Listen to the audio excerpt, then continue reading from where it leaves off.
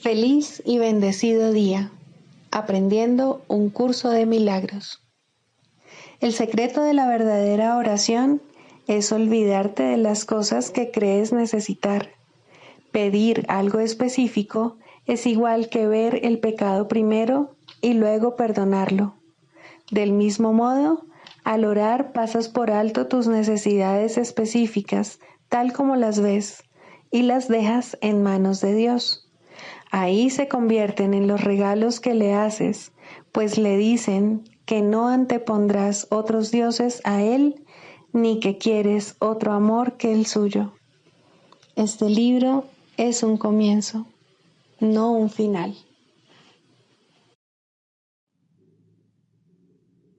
Del prefacio, que postula, párrafo 7. Solo las mentes pueden unirse realmente, y lo que Dios ha unido, ningún hombre lo puede desunir. No obstante, la verdadera unión, que nunca se perdió, solo es posible en el nivel de la mente de Cristo. El pequeño yo procura engrandecerse, obteniendo del mundo externo aceptación, posesiones y amor. El ser que Dios creó no necesita nada, está eternamente a salvo y es eternamente íntegro, amado y amoroso. Busca compartir en vez de obtener, extender en vez de proyectar. No tiene necesidades de ninguna clase y solo busca unirse a otros que, como él, son conscientes de su propia abundancia.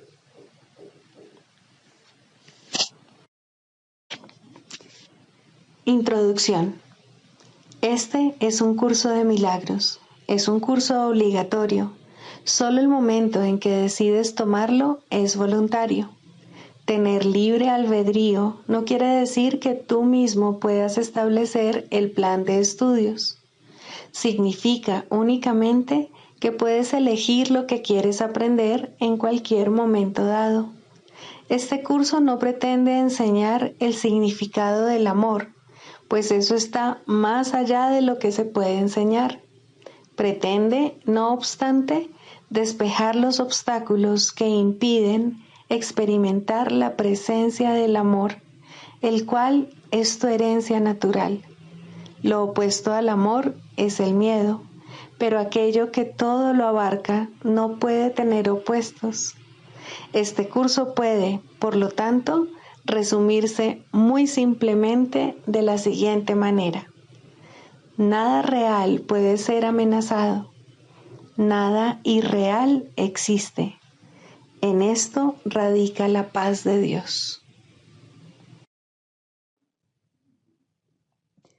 Capítulo 1. El significado de los milagros. Primero, principios de los milagros.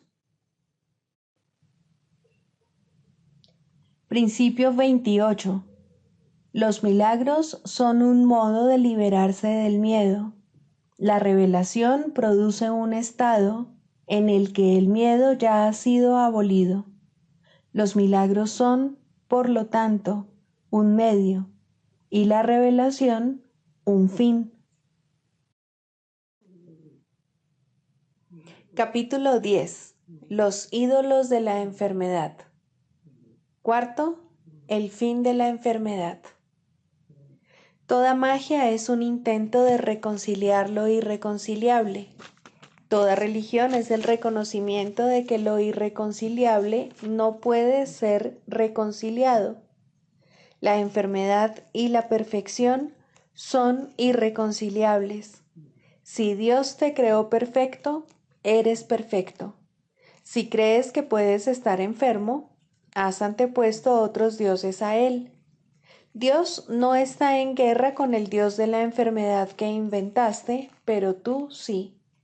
Este Dios es el símbolo de tu decisión de oponerte a Dios y tienes miedo de Él porque no se le puede reconciliar con la voluntad de Dios. Si lo atacas, harás que sea real para ti. Pero si te niegas a adorarlo, sea cual sea la forma en que se presente ante ti o el lugar donde creas verlo, desaparecerá en la nada de donde provino. La realidad solo puede alborear en una mente despejada. La realidad está siempre ahí ante ti, lista para ser aceptada, pero para aceptarla tienes que primero estar dispuesto a tenerla. Conocer la realidad requiere que uno esté dispuesto a juzgar la irrealidad tal como es. Pasar por alto lo que no es nada es simplemente juzgarlo acertadamente y mediante tu capacidad para evaluarlo correctamente, permitir que desaparezca. El conocimiento no puede alborear en una mente llena de ilusiones porque la verdad y las ilusiones son irreconciliables. La verdad es íntegra y no puede ser conocida solo por una parte de la mente. No se puede percibir a la filiación como parcialmente enferma, porque percibirla de esta manera es no percibirla en absoluto. Si la filiación es una desde cualquier punto de vista. La unidad no puede ser dividida. Si percibes otros dioses, significa que tu mente está dividida y no podrás limitar dicha visión porque ello es señal de que has separado parte de tu mente de la voluntad de Dios. Esto quiere decir que tu mente no tiene ningún control. No tener control significa que se ha perdido la razón y en ese caso la mente se vuelve irracional. Al definir erróneamente a la mente, la percibes como que funciona erróneamente. Las leyes de Dios mantendrán a tu mente en paz porque la paz es su voluntad y sus leyes se promulgaron para apoyarla. Sus leyes son las leyes de la libertad, mas las tuyas son las leyes del cautiverio. Puesto que la libertad y el cautiverio son irreconciliables, sus respectivas leyes no se pueden entender simultáneamente. Las leyes de Dios operan exclusivamente para tu bien y no hay más leyes que las suyas. Lo demás no está regido por ninguna ley y es, por lo tanto, caótico. Dios mismo, no obstante, ha protegido todo lo que Él creó mediante sus leyes. No existe nada que no esté regido por ellas. Las leyes del caos es una expresión que no tiene sentido. La creación acata sus leyes perfectamente y lo caótico carece de significado porque Dios no forma parte de ello. Le has dado tu paz a los dioses que inventaste, pero ellos no pueden aceptarla, pues no están ahí, y tú no puedes dársela. No eres libre de renunciar a la libertad, sino solo de negarla. No puedes hacer lo que Dios no dispuso, porque lo que Él no dispuso no puede tener lugar. Tus dioses no son los causantes del caos. Tú les adjudicas el caos y luego lo aceptas de ellos. Nada de esto ha tenido lugar jamás. Nada, excepto las leyes de Dios, ha existido jamás, y nada, excepto su voluntad, existirá jamás. Fuiste creado mediante sus leyes y por su voluntad, y el modo en que fuiste creado te estableció como creador. Lo que has inventado es tan indigno de ti que lo repudiarías solo con que estuvieses dispuesto a verlo tal como es. En ese caso no verías nada en absoluto y tu visión automáticamente se dirigiría más allá de ello hacia lo que se encuentra en ti y a tu alrededor. La realidad no puede salvar las obstrucciones que pones ante ella, mas te envolverá completamente cuando las abandones. Una vez que se ha experimentado la protección de Dios, inventar ídolos se vuelve inconcebible. En la mente de Dios no hay imágenes extrañas, y lo que no está en su mente no puede estar en la tuya, porque tú tienes una sola mente, y esa mente le pertenece a Él. Es tuya precisamente porque le pertenece a Él, ya que para Él ser propietario de algo es compartirlo. Y si esto es así para Él, también lo es para ti. Sus definiciones son sus leyes, pues mediante ellas estableció el universo tal como éste es. Los falsos dioses que tratas de interponer entre tu realidad y tú no afectan a la verdad en absoluto. Tuya es la paz porque Dios te creó y Él no creó nada más. Un milagro es el acto de un hijo de Dios que ha abandonado a todos los dioses falsos y exhorta a sus hermanos a que hagan lo mismo. Es un acto de fe porque es el reconocimiento de que su hermano puede hacerlo también. Es un llamamiento al Espíritu Santo en su mente que se refuerza mediante la unión. Puesto que el obrador de milagros ha oído la voz de Dios, la refuerza en sus hermanos enfermos al debilitar su creencia en la enfermedad que él no comparte. El poder de una mente puede irradiar hasta otra porque todas las lámparas de Dios fueron encendidas por la misma chispa, la cual está en todas partes y es eterna. En muchos, lo único que queda es la chispa, pues los grandes rayos están velados. Aún así, Dios ha mantenido viva la chispa de manera que los rayos nunca puedan olvidarse completamente. Solo con que veas la pequeña chispa podrás reconocer la luz mayor, pues los rayos están ahí aunque sin ser vistos. Al percibir la chispa, sanas, mas al conocer la luz, creas. En el proceso de retornar, no obstante, la pequeña chispa debe reconocerse primero, pues la separación fue el descenso desde la grandeza a la pequeñez. La chispa, no obstante, sigue siendo tan pura como la luz mayor, porque es lo que queda de la llamada de la creación. Deposita toda tu fe en ella y Dios mismo te contestará.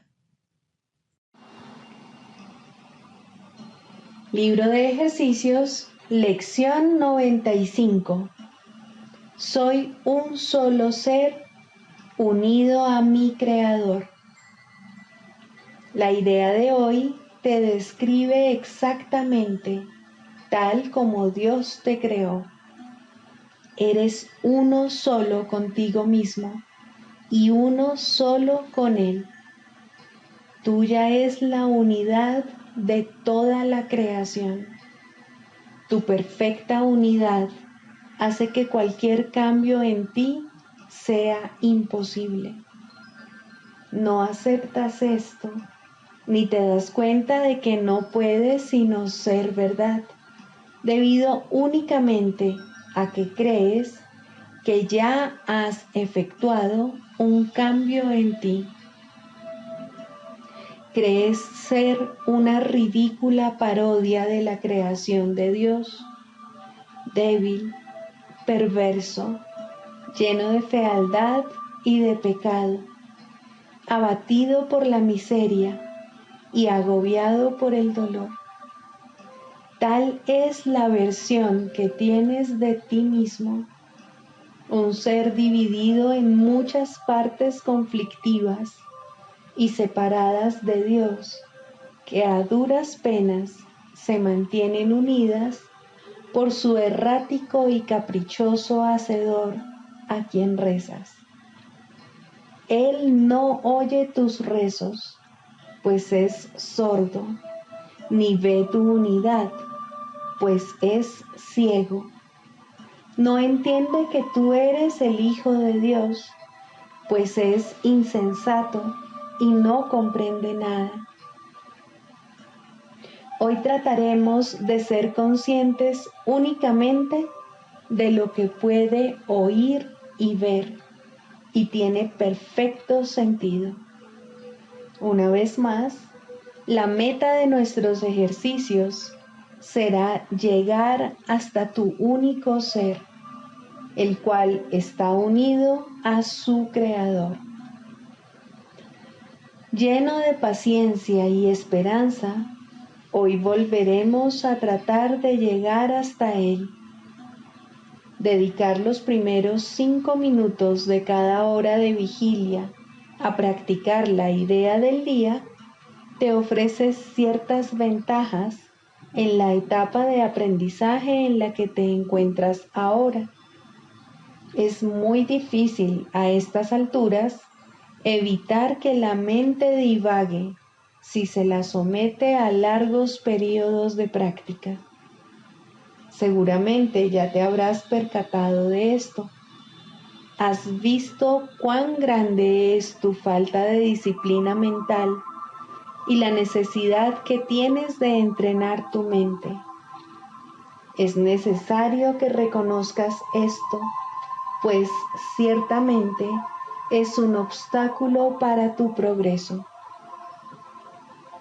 Las sesiones de práctica más cortas y más frecuentes te ofrecen otras ventajas en este momento. Además de haber reconocido cuán difícil te resulta mantener tu atención fija por largos intervalos, tienes también que haber notado que, a no ser que se te recuerde frecuentemente tu propósito, tiendes a olvidarte de él por largos periodos de tiempo. A menudo te olvidas de llevar a cabo las aplicaciones cortas de la idea del día y aún no has formado el hábito de utilizar la idea como respuesta automática a cualquier tentación. Es necesario, pues, que a estas alturas dispongas de cierta estructura en la que se incluyen recordatorios frecuentes de tu objetivo e intentos regulares de alcanzarlo. La regularidad en cuanto al horario no es el requisito ideal para la forma más beneficiosa de practicar la salvación. Es algo ventajoso, no obstante, para aquellos cuya motivación es inconsistente y cuyas defensas contra el aprendizaje son todavía muy fuertes. Continuaremos, por lo tanto, con nuestras sesiones de práctica de 5 minutos cada hora por algún tiempo, y si se te exhorta a que omitas las menos posibles. Utilizar los primeros 5 minutos de cada hora te resultará especialmente útil, ya que ello impone una estructura más firme. No obstante, no utilices tus desviaciones de este horario como una excusa para no volver a adherirte a él tan pronto como puedas. Puede que te sientas tentado de considerar el día como perdido, simplemente porque dejaste de hacer lo que se requería de ti. Esto, no obstante, se debe reconocer sencillamente como lo que es: una renuencia por tu parte a permitir que el error sea corregido y una falta de buena voluntad para tratar de nuevo. Tus errores no pueden hacer que el Espíritu Santo se demore en impartir sus enseñanzas. Solo tu renuencia a desprenderte de ellos puede hacerlo. Resolvamos, por consiguiente, especialmente durante los próximos 7 u 8 días, estar dispuestos a perdonarnos a nosotros mismos nuestra falta de diligencia y el no seguir al pie de la letra las instrucciones que se nos dan para practicar la idea del día. Esta tolerancia con la debilidad nos permitirá pasarla por alto, en lugar de otorgarle el poder de demorar nuestro aprendizaje. Si le otorgamos ese poder, creeremos que es fortaleza y estaremos confundiendo la fortaleza con la debilidad. Cuando no cumples con los requisitos de este curso, estás simplemente cometiendo un error y lo único que ello requiere es corrección. Permitir que el error siga repitiéndose es cometer errores adicionales que se basan en el primero y que lo refuerzan. Este es el proceso que debes dejar a un lado, pues no es sino otra manera de defender las ilusiones contra la verdad. Deja atrás todos estos errores, reconociéndolos simplemente como lo que son: intentos de mantener alejado de tu conciencia el hecho de que eres un solo ser, unido a tu Creador, uno con cada aspecto de la creación y dotado de una paz y un poder infinitos. Esto es la verdad y nada más lo es. Hoy volveremos a afirmar esta verdad y a tratar de llegar a aquel lugar en ti donde no existe la menor duda de que solo eso es verdad. Comienza las sesiones de práctica de hoy con la siguiente garantía y ofrécesela a tu mente con toda la certeza de que puedas hacer acopio. Soy un solo ser, unido a mi Creador, uno con cada aspecto de la creación, dotado de una paz y un poder infinitos. Luego cierra los ojos y repítela otra vez para tus adentros, lentamente y a conciencia, tratando de dejar que el significado de las palabras penetre en tu mente y reemplace todas tus ideas falsas. Soy un solo ser, unido a mi Creador, uno con cada aspecto de la creación, dotado de una paz y un poder infinitos. Soy un solo ser.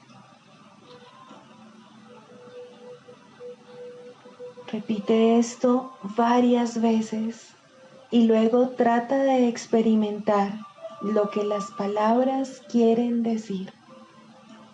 Eres un solo ser, unificado y a salvo en la luz, la dicha y la paz.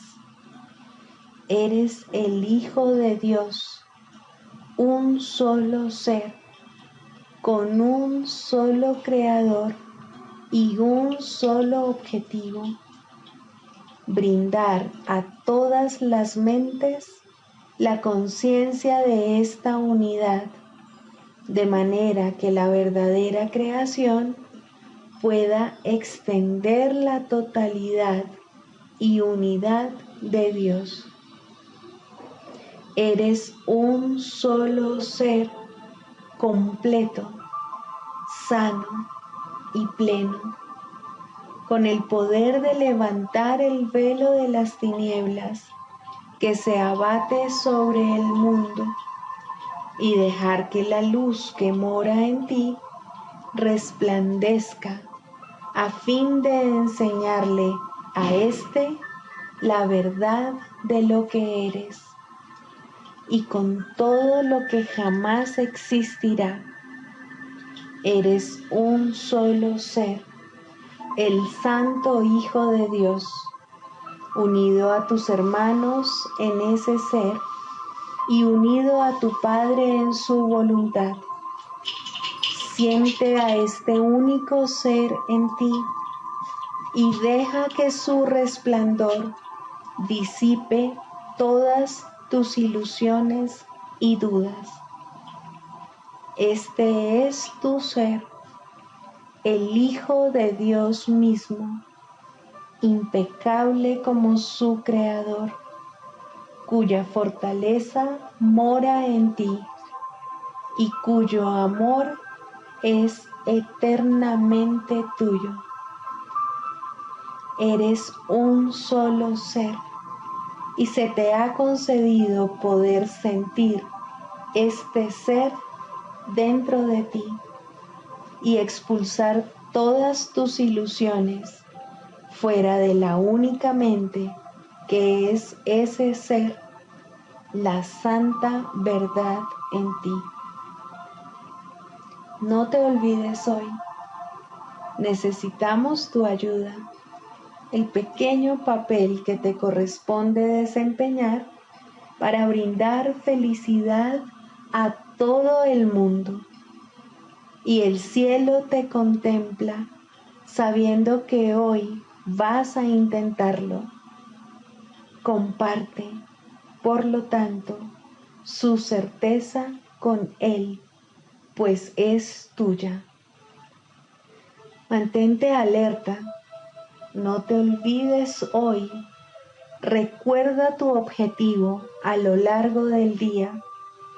Repite la idea de hoy tan a menudo como puedas, comprendiendo que cada vez que lo haces, alguien oye la voz de la esperanza, el alborear de la verdad en su mente y el sereno batir de las alas de la paz. Tu propio reconocimiento de que eres un solo ser unido a tu Padre es un llamamiento a todo el mundo para que se una a ti. Asegúrate de extender la promesa de la idea de hoy a todo aquel con quien te encuentres en este día, diciéndole: tú y yo somos un solo ser, unidos con nuestro Creador en este ser. Te honro por razón de lo que soy y de lo que es aquel que nos ama a ambos, cual uno solo.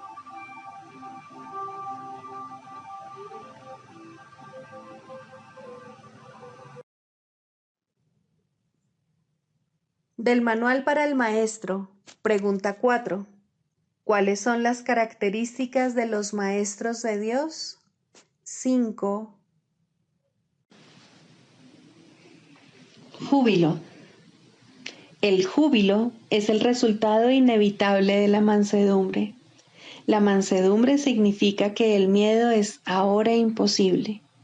¿Qué podría entonces obstaculizar el júbilo? Las manos abiertas de la mansedumbre están siempre colmadas. Los mansos no experimentan dolor, no pueden sufrir. ¿Cómo no habrían de ser felices? Están seguros de que son amados y de que, por lo tanto, están a salvo. El júbilo va unido a la mansedumbre, tan inevitablemente como el pesar acompaña al ataque.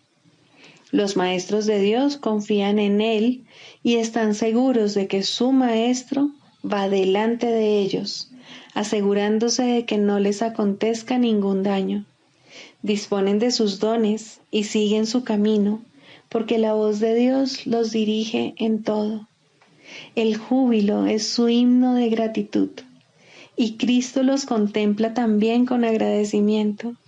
La necesidad que Él tiene de ellos es tan grande como la que ellos tienen de Él.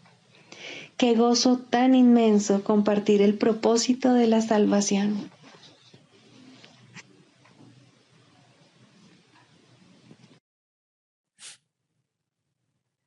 Manual para el maestro. Pregunta 5. ¿Cómo se logra la curación? Para que la curación pueda tener lugar, es necesario que se entienda el propósito de la ilusión de la enfermedad. Sin ese entendimiento, la curación es imposible. Primero, el propósito de la enfermedad.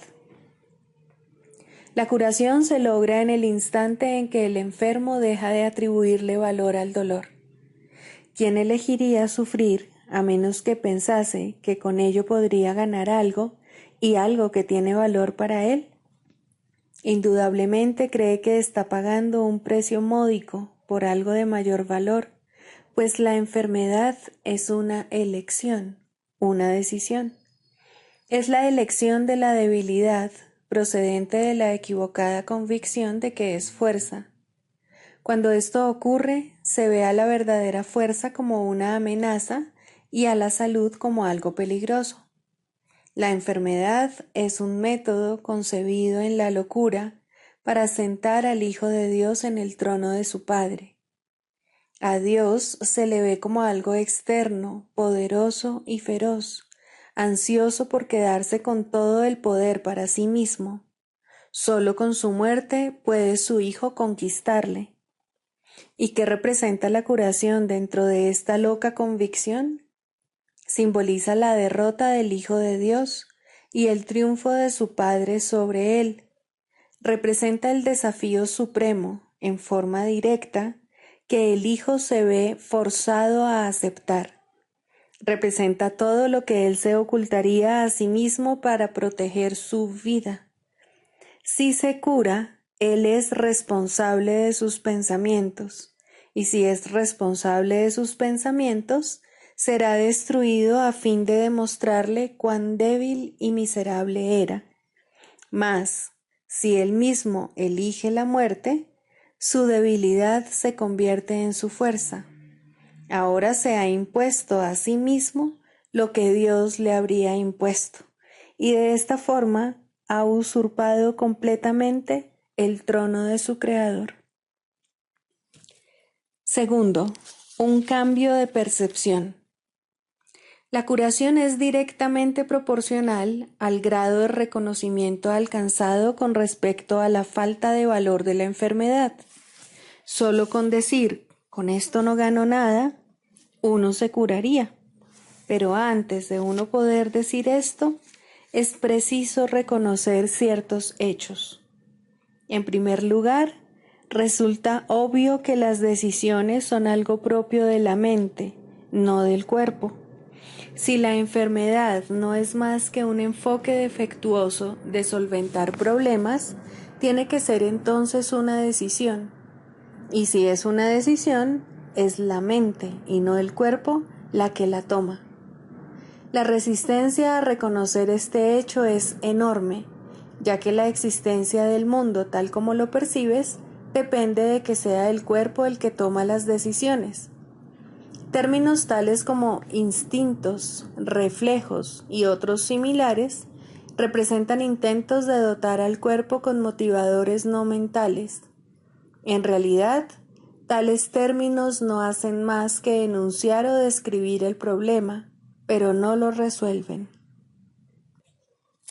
La base fundamental de la curación es la aceptación del hecho de que la enfermedad es una decisión que la mente ha tomado a fin de lograr un propósito para el cual se vale del cuerpo. Y esto es cierto con respecto a cualquier clase de curación. El paciente que acepta esto se recupera. Si se decide en contra de la recuperación, no sanará. ¿Quién es el médico entonces? La mente del propio paciente. El resultado acabará siendo el que él decida. Agentes especiales parecen atenderle. Sin embargo, no hacen otra cosa que dar forma a su elección. Los escoge con vistas a darle forma tangible a sus deseos, y eso es lo único que hacen. En realidad, no son necesarios en absoluto.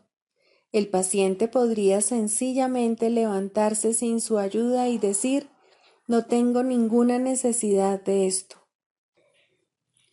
No hay ninguna forma de enfermedad que no se curase de inmediato.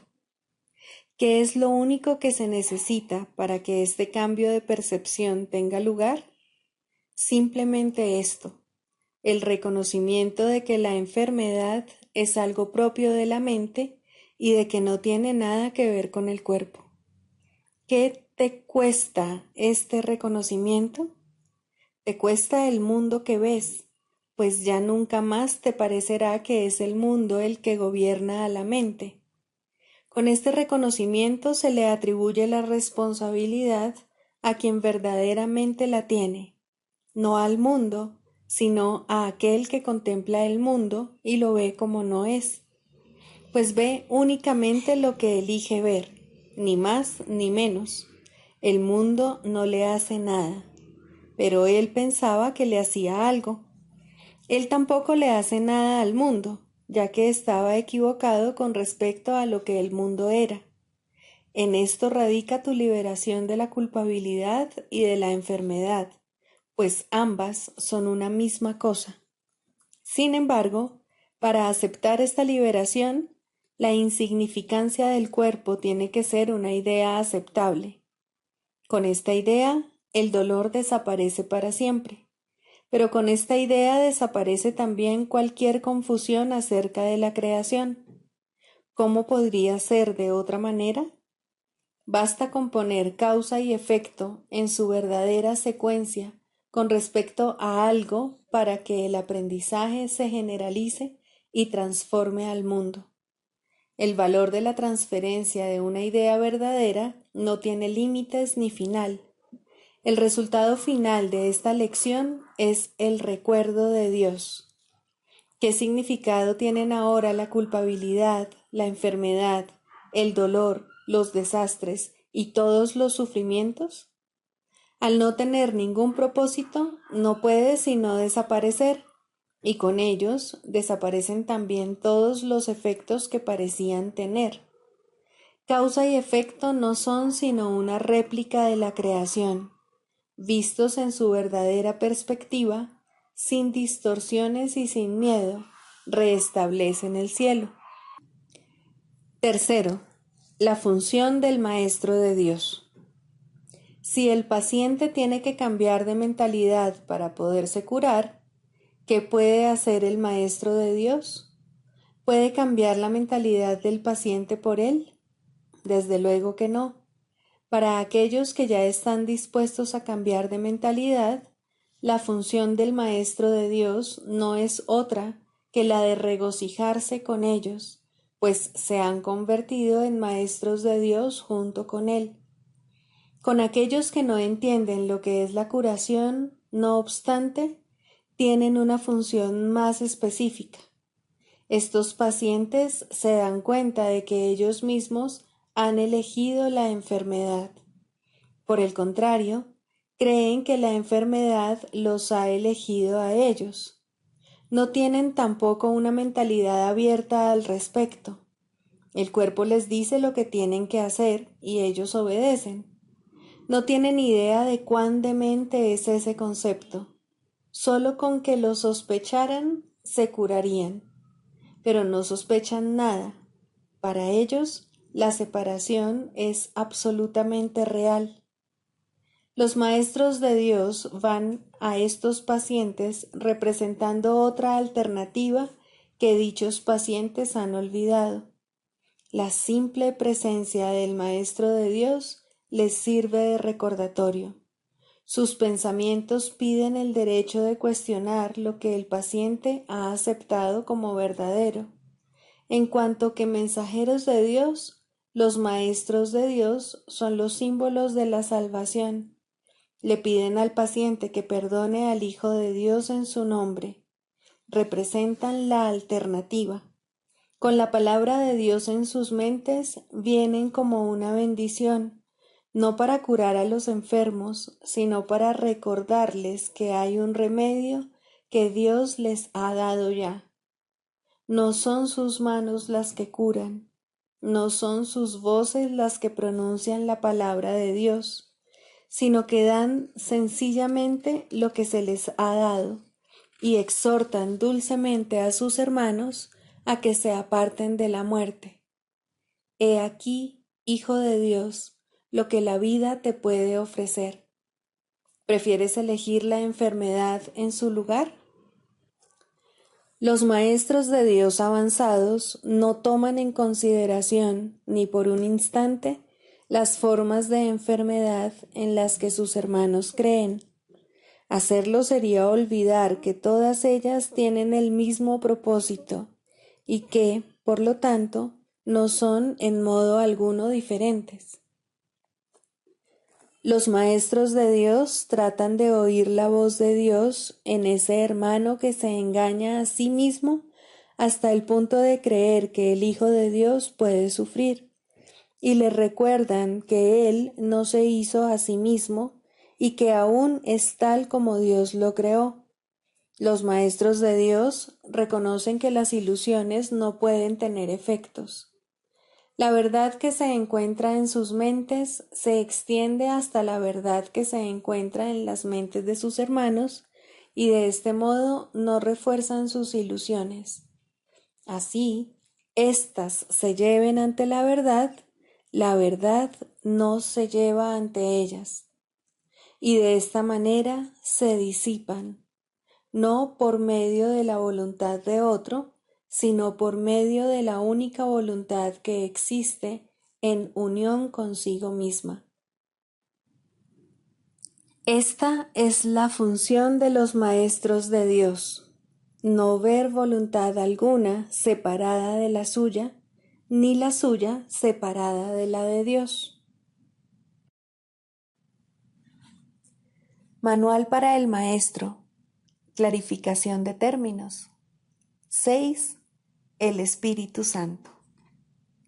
Jesús es la manifestación del Espíritu Santo, a quien Él invocó para que descendiese sobre la tierra después de su ascensión al cielo, es decir, después de haberse identificado completamente con el Cristo, el Hijo de Dios tal como Él lo creó. Al ser el Espíritu Santo una creación del único Creador, y al crear junto con Él y a su semejanza o espíritu, es eterno y nunca ha cambiado. Fue invocado para que descendiese sobre la tierra, en el sentido de que entonces se hizo posible aceptarle y escuchar su voz. Su voz es la voz de Dios y, por lo tanto, ha adquirido forma.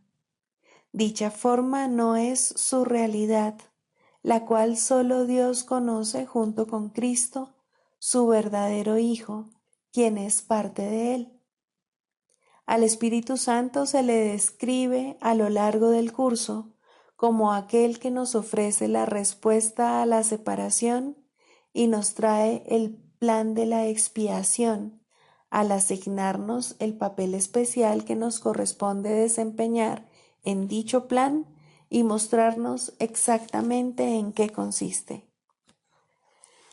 Él ha designado a Jesús como el líder para llevar a cabo su plan, ya que Jesús fue el primero en desempeñar perfectamente su papel.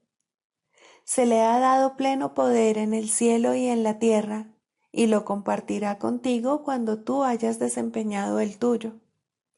El principio de la expiación le fue dado al Espíritu Santo mucho antes de que Jesús lo pusiese en marcha. Al Espíritu Santo se le describe como el último vínculo de comunicación que queda entre Dios y sus hijos separados. A fin de llevar a cabo esta función especial, Él ha asumido una doble función. Goza de conocimiento porque es parte de Dios, percibe porque fue enviado para salvar a la humanidad. Él es el gran principio corrector, el portador de la verdadera percepción, el poder intrínseco de la visión de Cristo. Él es la luz en la que se percibe el mundo perdonado, en el que solamente puede verse la faz de Cristo. Él nunca se olvida del Creador ni de su creación. Él nunca se olvida del Hijo de Dios. Él nunca se olvida de ti. Te brinda el amor de tu Padre en un eterno resplandor que nunca será extinguido, porque Dios mismo lo depositó ahí. El Espíritu Santo mora en la parte de tu mente, que es parte de la mente de Cristo. Él representa a tu ser y a tu Creador, quienes son uno.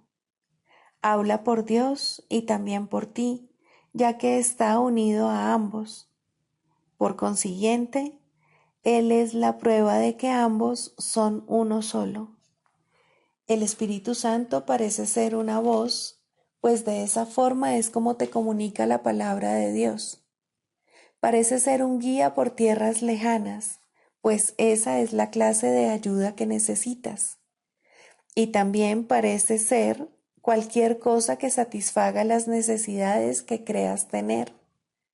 Pero Él no se engaña cuando te percibes a ti mismo atrapado por necesidades que no tienes. De ellas es de las que quiere liberarte. De ellas es de las que quiere ponerte a salvo. Tú eres su manifestación en este mundo. Tu hermano te invoca para que seas su voz junto con él. Por sí solo no puede ser el ayudante del Hijo de Dios, pues por sí solo no tiene ninguna función. Pero unido a ti es el resplandeciente Salvador del mundo, cuyo papel en la redención de éste tú has completado. Él te da las gracias a ti y a tu hermano, pues te elevaste con él cuando él empezó a salvar al mundo, y estarás con él cuando el tiempo haya cesado y ya no quede ni rastro de los sueños de rencor en los que bailabas al compás de la exangüe música de la muerte, pues en su lugar se oirá el himno a Dios por unos momentos más, y luego ya no se oirá más la voz, ya que no volverá a adoptar ninguna forma, sino que retornará a la eterna amorfía de Dios. El proceso de la psicoterapia. Cuarto, el proceso de la enfermedad. De la misma manera en que toda terapia es psicoterapia, del mismo modo toda enfermedad es enfermedad mental. Es un juicio acerca del Hijo de Dios, y todo juicio es una actividad mental. Un juicio es una decisión que se toma una y otra vez contra la creación y su creador. Es la decisión de percibir el universo como tú lo has creado. Es decidir que la verdad puede mentir y que es una mentira. ¿Qué otra cosa, entonces, puede ser la enfermedad sino una expresión de aflicción y culpa? ¿Y por qué sollozaría a alguien si no por su inocencia? Una vez que al Hijo de Dios se le considera culpable, la enfermedad es inevitable. Es lo que ha pedido y, por ende, es lo que recibirá. Todos los que piden enfermedad se han condenado a sí mismos a buscar remedios que no los pueden ayudar, pues han depositado su fe en la enfermedad y no en la salvación. No hay nada que un cambio de mentalidad no pueda hacer, pues todas las cosas externas no son sino sombras de una decisión ya tomada. Si se cambia la decisión, ¿cómo podría su sombra no cambiar? La enfermedad no es más que la sombra de la culpa, grotesca y fea, puesto que imita la deformidad.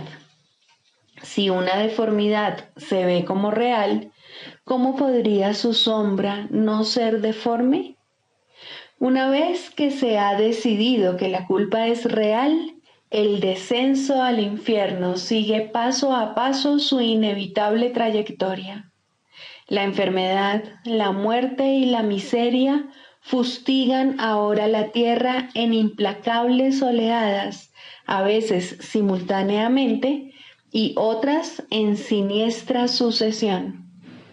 Todas estas cosas, no obstante, por muy reales que puedan parecer, son solo ilusiones. ¿Quién podría tener fe en ellas una vez que ha entendido esto? ¿Y quién podría no tener fe en ellas hasta que lo entienda? La curación es terapia o corrección, y como ya hemos dicho y volvemos a repetir, toda terapia es psicoterapia. Curar al enfermo no es sino ofrecerle este entendimiento. La palabra cura ha caído en desprestigio entre los terapeutas más respetables del mundo y con toda razón, pues ninguno de ellos puede curar y ninguno de ellos entiende lo que es la curación. En el peor de los casos, le otorgan realidad al cuerpo en sus propias mentes, y una vez que han hecho esto, apelan a la magia para curar los males con los que sus mentes dotaron al cuerpo. ¿Cómo podría este proceso curar? Es ridículo de principio a fin, mas una vez comenzado, del mismo modo ha de concluir. Es como si Dios fuese el diablo y fuera necesario encontrarle en el mal. ¿Cómo podría haber amor ahí? ¿Y cómo podría lo enfermo curar? ¿No son acaso estas dos preguntas la misma? En el mejor de los casos, es posible que los sanadores del mundo, y el término sanadores tal vez sea cuestionable aquí, lleguen a reconocer que la mente es la fuente de la enfermedad, pero su error estriba en la creencia de que la mente puede sanarse a sí misma.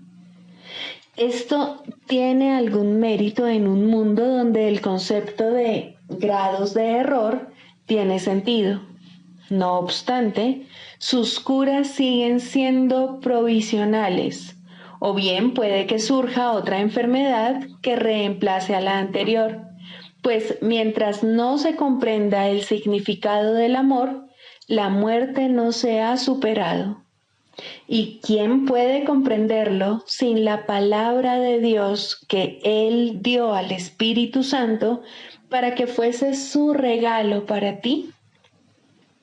Cualquier clase de enfermedad puede definirse como el resultado de verse a uno mismo débil, vulnerable, malvado y en peligro, y, por ende, en constante necesidad de defensa. Sin embargo, si el yo fuese realmente así, cualquier defensa sería inútil. Las defensas que se procuran, por lo tanto, no pueden sino ser mágicas.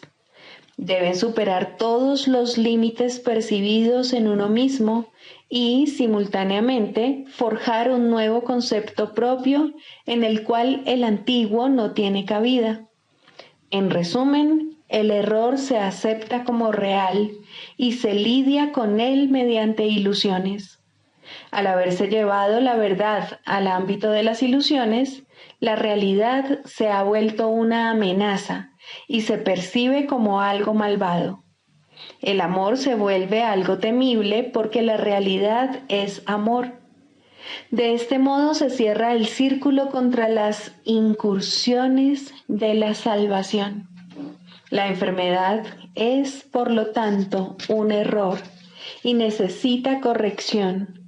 Y tal como ya hemos subrayado, la corrección no puede tener lugar justificando el error primero y luego pasándolo por alto. Si la enfermedad fuese real, en verdad no podría pasarse por alto, pues obviar la realidad es demencia. Ese es, no obstante, el propósito de la magia, hacer que las ilusiones sean verdad mediante una percepción falsa. Esto no puede curar porque se opone a la verdad. Tal vez una ilusión de salud sustituya la ilusión de enfermedad por un breve periodo de tiempo, mas no perdurará. Las ilusiones no pueden ocultar el miedo por mucho tiempo, pues éste forma parte de ellas. Escapará y adoptará otra forma al ser la fuente de todas las ilusiones. La enfermedad es demencia porque toda enfermedad es enfermedad mental y en esto no hay grados. Una de las ilusiones que hace que la enfermedad se perciba como real es la creencia de que la enfermedad varía en intensidad, que el grado de amenaza difiere según la forma que adopte. En esto radica la base de todos los errores, pues todos ellos no son más que intentos de transigir al ver solo una pequeña parte del infierno. Esto es una burla tan ajena a Dios que por siempre ha de ser inconcebible. Pero los dementes lo creen porque están locos. Un loco defiende sus ilusiones porque ve en ellas su salvación. Por lo tanto, atacará a todo aquel que trate de salvarlo de ellas al creer que está siendo atacado por él. Este curioso círculo de ataque-defensa es uno de los problemas más difíciles que debe enfrentar el psicoterapeuta. De hecho, esa es su tarea principal, la esencia de la psicoterapia. Al terapeuta se le ve como alguien que está atacando la posesión más preciada del paciente, su imagen propia. Y puesto que esta imagen se ha convertido en la seguridad del paciente, tal como él la considera, el terapeuta no puede sino ser percibido como una verdadera fuente de peligro que hay que atacar e incluso matar. El psicoterapeuta, pues, tiene una enorme responsabilidad. Debe hacer frente al ataque sin atacar y, por consiguiente, sin defenderse. Su tarea consiste en demostrar que las defensas no son necesarias y que la indefensión es fortaleza. Esta debe ser su enseñanza si quiere que su lección sea que la cordura es seguridad.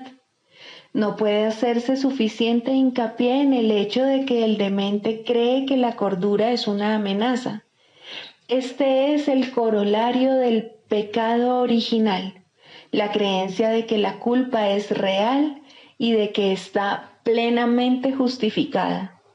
Por lo tanto, la función del psicoterapeuta consiste en enseñar que la culpa, al ser irreal, no tiene justificación ni ofrece seguridad alguna.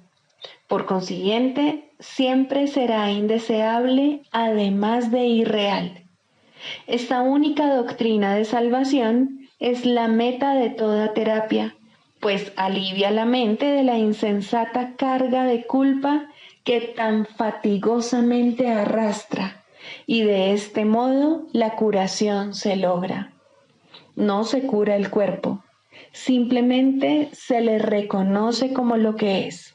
Si se percibe correctamente, se puede entender su propósito. ¿Qué necesidad hay, entonces, de enfermedad? Con este único cambio, todo lo demás vendrá por añadidura. No hay necesidad de complicados cambios. No hay necesidad de largos análisis ni de discusiones o búsquedas fatigosas. La verdad es simple al ser una y la misma para todos. El canto de la oración, el perdón. Segundo, el perdón para destruir.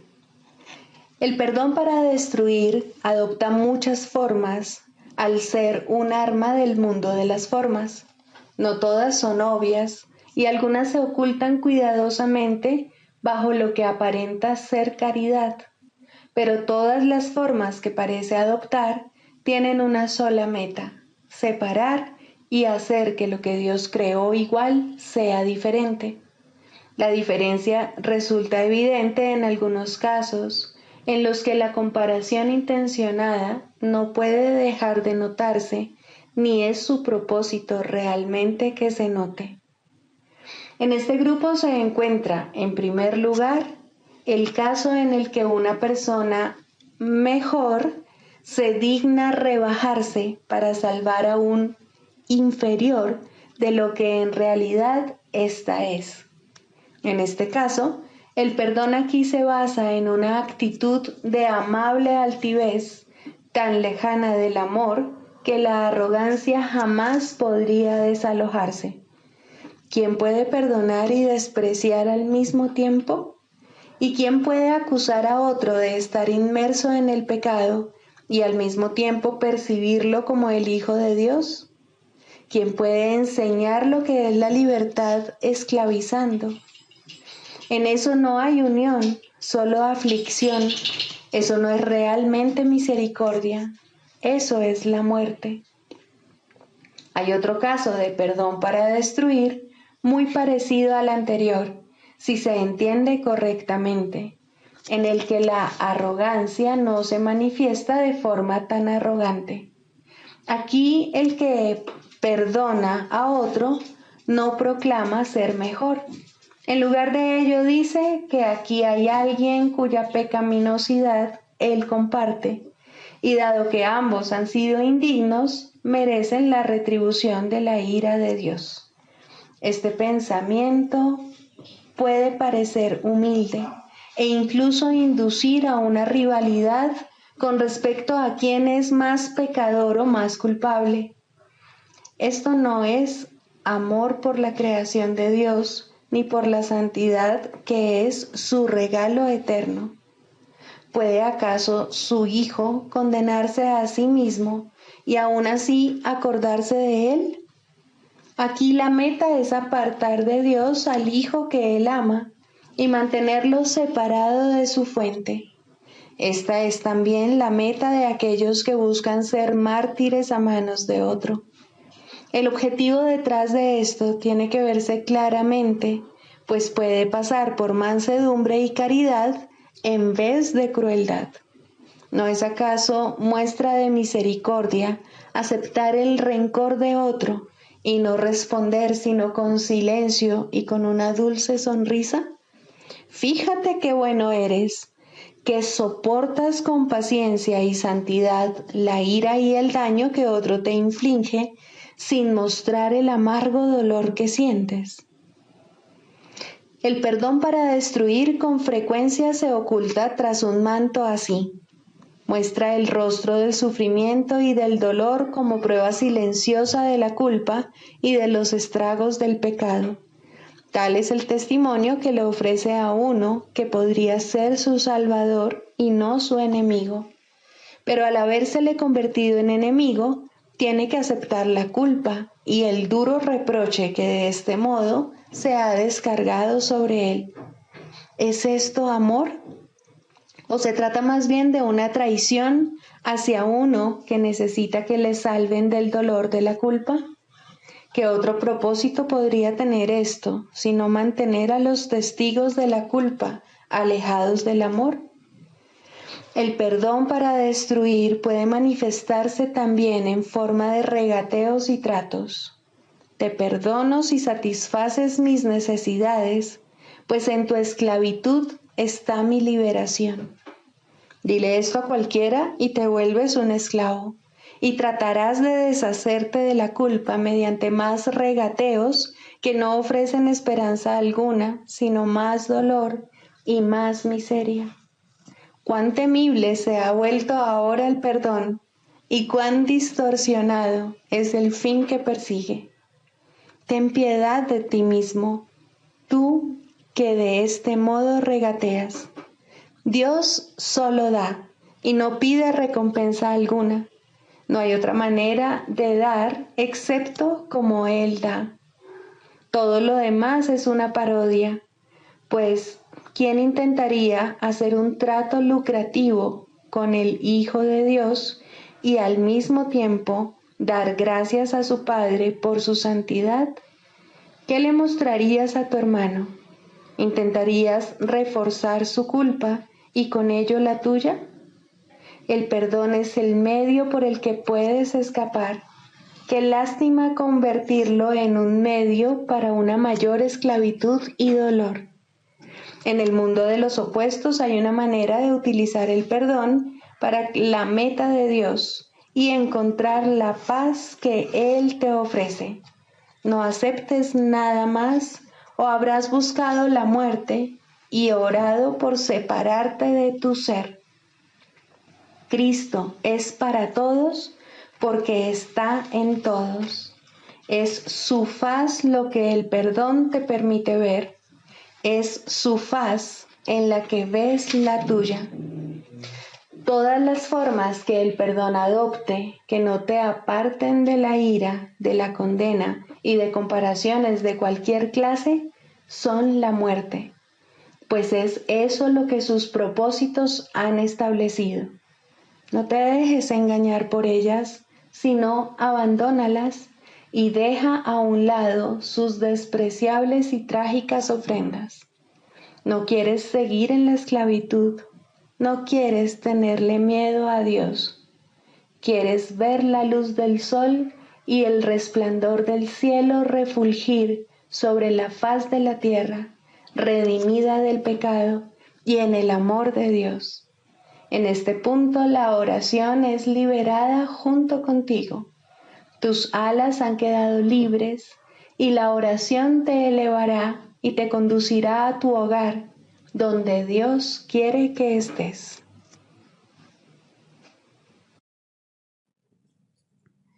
Sigamos a Jesús haciendo del perdón algo tan natural como respirar y algo tan vital como el aire.